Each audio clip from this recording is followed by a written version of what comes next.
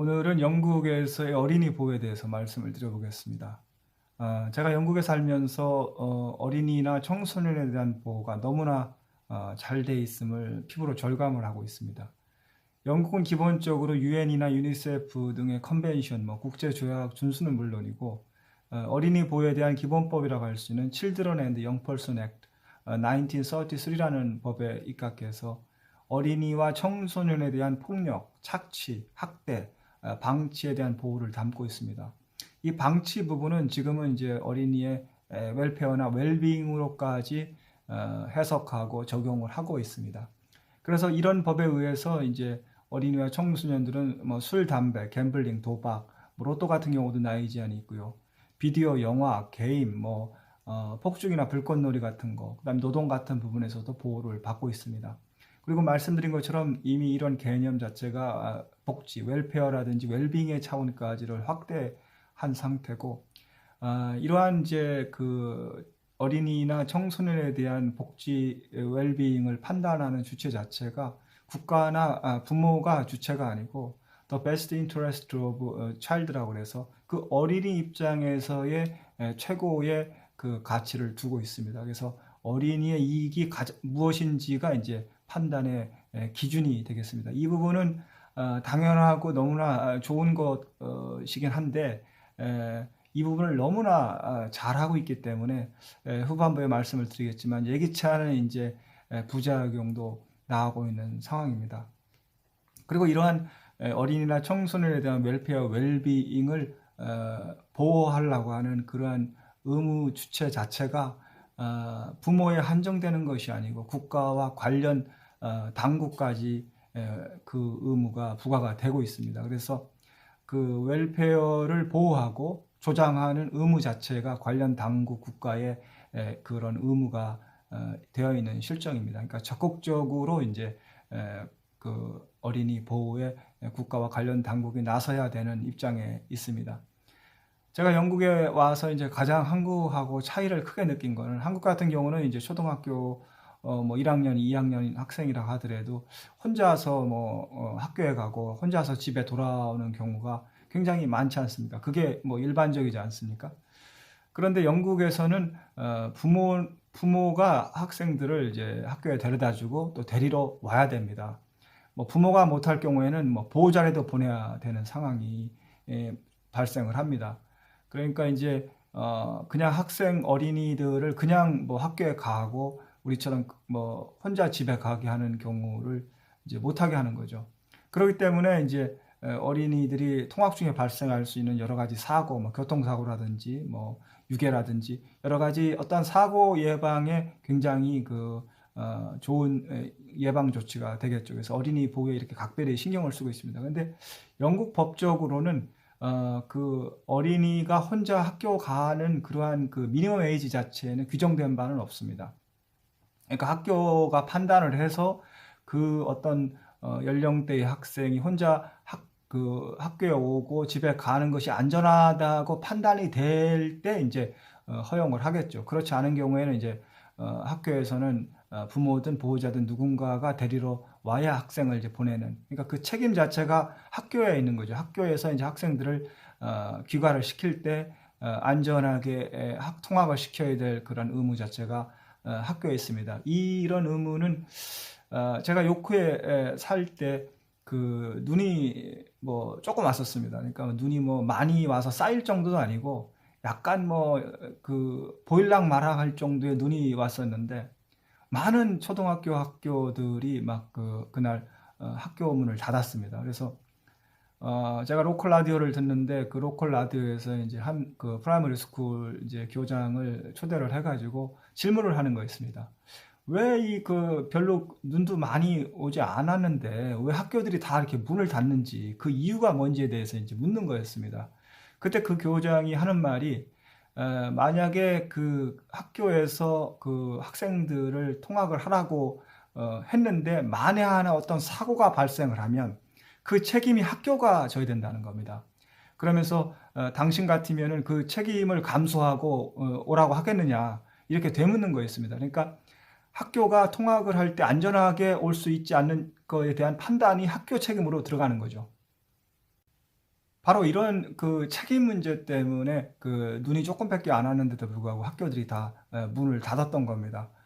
이와 같이 그 학생이 안전하게 통학을 할 수 있는지에 대한 판단을 학교에서 판단을 하고 그 책임을 짓도록 하기 때문에 그 어린 학생들에 대해서는 그 학교에 따라서 나이 차이는 조금 상황 차이는 있을 수 있겠습니다만은 부모들이 데려다 주고 데리고 오는 그러한 일을 하게 되는 거죠. 그리고 또 하나 말씀드릴 거는 설사 집에 있다 하더라도 항상 그 어린이들이 있을 때는 부모나 보호자가 케어를 하고 있어야 됩니다. 우리 같은 경우는 예를 들어서 뭐 부모들이 일하러 나갔다거나 하는 여러 가지 조건 하에서 어린이들끼리만 뭐 집안에 있는 경우도 있습니다만, 영국 같은 경우는 바로 아까 말씀드린 방치, 네글렉트에 해당됩니다. 그래서 불법 행위가 되고 처벌을 받을 수도 있습니다. 그래서 여기 같은 경우는 뭐 그 부모들이 그러지 못할 경우에 차일드를 봐주는 그러한 그 사람들도 있고 그런 직업도 있을 정도죠.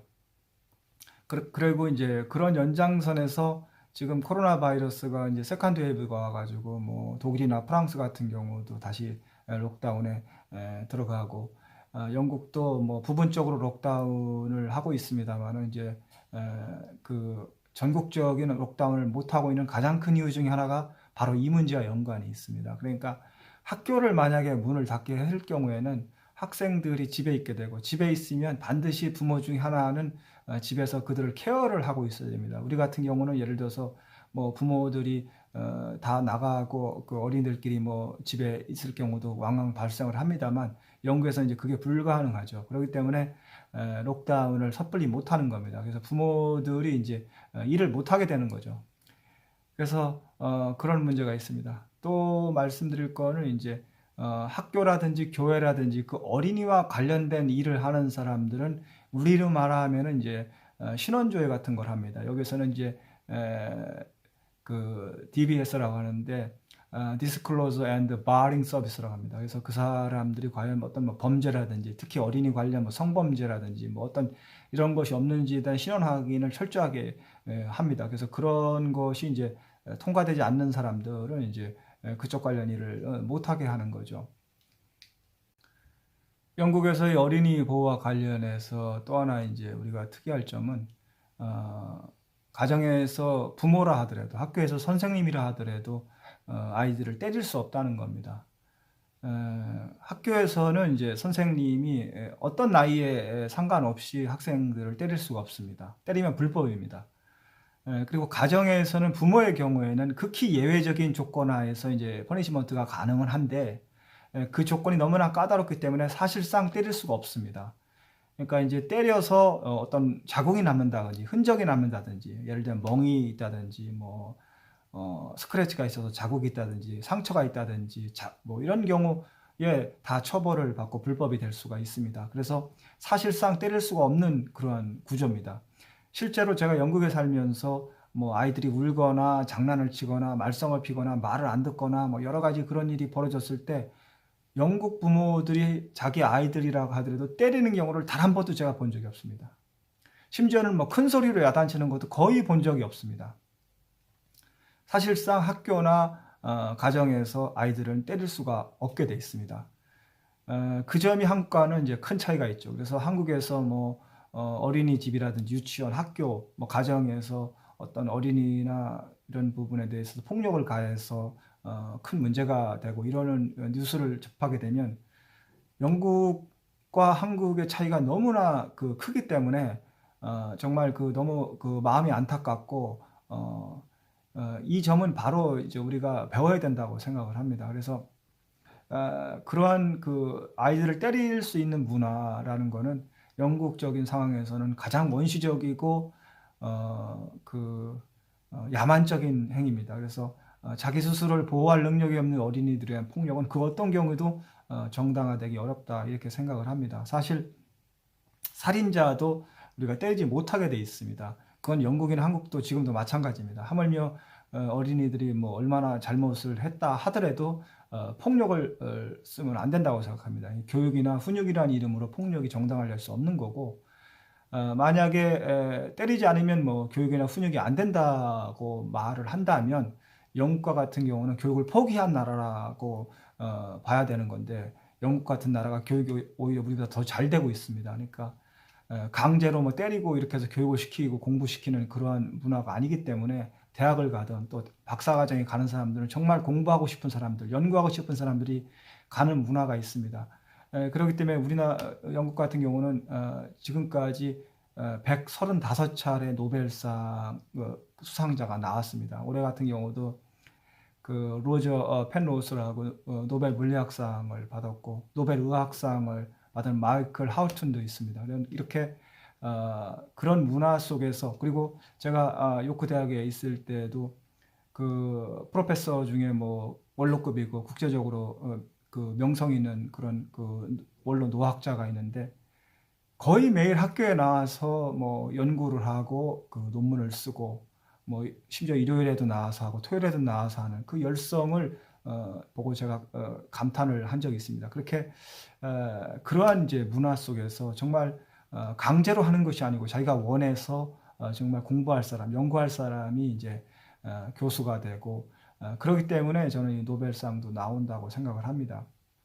조금 다른 쪽으로 말씀을 드렸는데 이렇게 그 영국에서 그 어린이나 학생들에게 매를 대지 않는 부분은 우리도 반드시 그 본받아야 되는 좋은 문화라고 생각을 합니다.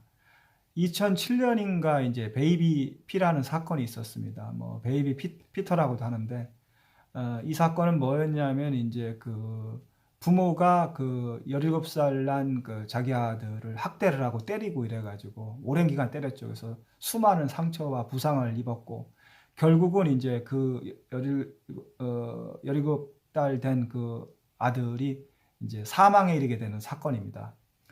그런 이제 비극적인 사건이 있었습니다. 그런데 이제 이 사건에 대해서 영국 의회에서 당시에는 이제 수상이 고든 브라운이었고 야당의 이제 리더는 이제 수상이 된 데이비드 카메론이었습니다. 그래서 의회에서 이제 대정부 질문을 하는데 데이비드 카메론이 뭐 굉장히 그때 그 고든 브라운을 몰아세웠습니다. 제가 그 장면이 우리 그 당시에는 제가 좀 의아하게 생각을 했었습니다. 제가 의아하게 생각했던 부분은 이제 그 베이비 피터의 경우에는 이제 그 부모가 자기 아들을 학대하고 때려서 숨지게 한 비극적인 사건이었습니다. 그런데 과연 고든 브라운에게 무슨 궁극적인 책임을 물을 수 있겠는가 하는 그런 의아심을 가졌었습니다. 그런데 더 의아했던 거는 고든 브라운이 마치 자기 책임이 있는 것처럼 쩔쩔매는 상황이었습니다.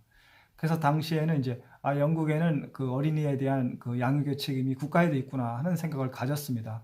근데 앞서 말씀드린 것처럼 이제 어린이에 대한 보호, 또 웰페어, 웰비잉에 대한 책임 의무가 관련 당국, 또 국가에도 있기 때문에 그런 추궁이 가능했던 거죠. 그래서 데이비드 카메론의 말은 이제 오랜 기간에 발생한 구타와 그 학대에 대해서 왜 카운슬 등에 있는 소셜 서비스 또는 NHS에서 개입을 해서 이런 비극적인 사건을 미연에 방지하지 못했는지에 대한 이제 추궁이었던 것으로 기억을 합니다. 이렇듯 영국에서는 이제 어린이 보호에 대해서 너무나 잘 돼 있다 보니까 예기치 못한 부작용이 발생을 합니다. 그리고 그 당사자들에게는 정말 씻을 수 없는 비극이 종종 발생을 하고 있습니다. 예를 들면은 어느 날 이제 산모가 자기 갓난아기가 좀 아파 보여서 병원에 데리고 갑니다.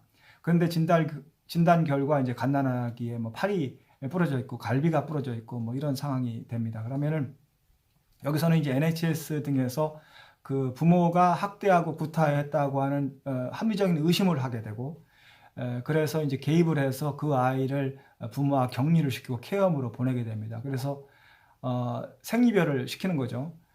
물론 이제 부모가 정말 학대를 하고 때려서 아이가 이제 그러한 그 위해를 당했다고 한다면 당연히 그 아이의 안전을 위해서 격리하고 그런 국가가 개입하는 것이 정당화되겠죠. 근데 여기 문제는 이제 거기에 오류가 있다는 겁니다. 그래서 정말 그 자기가 아이를 잘 보살피는 부모임에도 불구하고 어느 날 아이가 그 이상해서 병원에 데리고 갔는데 졸지에 아이를 때리고 학대한 그 나쁜 그 부모로 몰리고 아이를 뺏기는 그런 일이 발생을 하는 겁니다. 그래서 영국 같은 경우는 아까 말씀드린 것처럼 그 베스트 인터레스트 오브 차일드라고 그래서 그 아이가 또 오랜 기간 동안 부모 없이 지내는 것은 그 아이를 위해서 바람직하지 않다고 여깁니다. 그렇기 때문에 일정 기간이 지나면 또 그 입양을 또 시킵니다. 그래서 영영 아이를 이제 뺏기는 경우도 발생을 하는 겁니다. 그런데 그 아이가 그 위해를 당해서 그런 상처를 입은 것이 아니고 어떤 경우에는 뭐 비타민 D가 결핍이 돼서 뼈 골절이 그렇게 왔다 하는 게 판명이 돼서 다시 아이를 돌려받는 경우도 있습니다. 그런데 그렇지 않은 경우도 이제 발생을 하고, 아까 말한 것처럼 완전히 또 입양을 보낸 경우에는 다시 돌려받는 것도 또 양쪽으로 또 이제 큰 비극이 되는 상황이 발생도 합니다. 그래서 통계해 보면은 보통 1년에 7천에서 10,000명 정도의 어린 아이들이 그 부모로부터 격리가 돼서 이제 케어홈으로 보내진다고 합니다. 이것이 이제 그래서 영국에는 현재 한 73,000명 정도의 어린 아이들이 이제 케어홈에 있다고 합니다.